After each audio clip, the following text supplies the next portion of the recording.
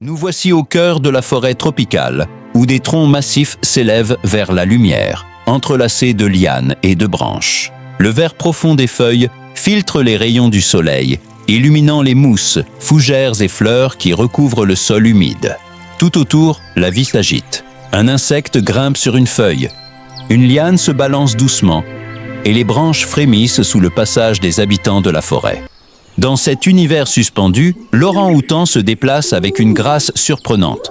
Ses bras puissants, presque 2 fois la longueur de son corps, lui permettent de passer de branche en branche avec précision et aisance, silencieux maître de la canopée. Aujourd'hui, nous pénétrons dans son monde pour découvrir sa vie, son intelligence et les défis qu'il doit relever pour survivre. Les orang-outans vivent dans les forêts tropicales de Bornéo et de Sumatra, passant la majeure partie de leur vie dans les arbres. Ils descendent rarement au sol. Le soir, ils construisent un nid dans les branches supérieures, fait de feuilles et de lianes, offrant confort et sécurité pour la nuit. Les jeunes apprennent à construire leur nid en observant leur mère, un apprentissage essentiel pour leur survie.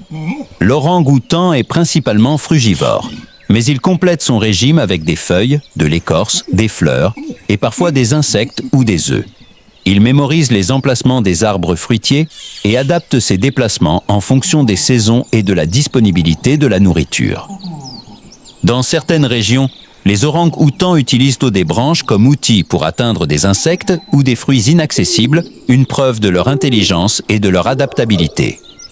Les orang-outans sont majoritairement solitaires. Les adultes vivent isolés, sauf pendant la reproduction ou entre une mère et son petit. Les mâles adultes développent de larges joues charnues et une gorge gonflée, signe de maturité et de dominance. Ils parcourent de vastes territoires et cherchent à s'accoupler avec plusieurs femelles. La reproduction est lente. Une femelle donne naissance à un seul petit tous les 6 à 8 ans. La gestation dure environ 8,5 mois. Le jeune reste auprès de sa mère jusqu'à 7-8 ans pour apprendre à se nourrir, construire son nid et se déplacer dans la forêt. Les orang-outans figurent parmi les animaux les plus intelligents de la planète. Ils utilisent des outils, résolvent des problèmes complexes et explorent leur environnement avec curiosité. Les jeunes apprennent en observant et en imitant les adultes, un apprentissage qui peut durer des années. Chaque geste, chaque manipulation d'objets est un entraînement pour la vie dans la canopée. Malgré leur intelligence et leur adaptabilité, les orang-outans sont gravement menacés. Des programmes de conservation existent pour les protéger, les soigner et réintroduire certains individus dans la nature. Mais la survie de l'espèce dépend aussi de la préservation de la forêt.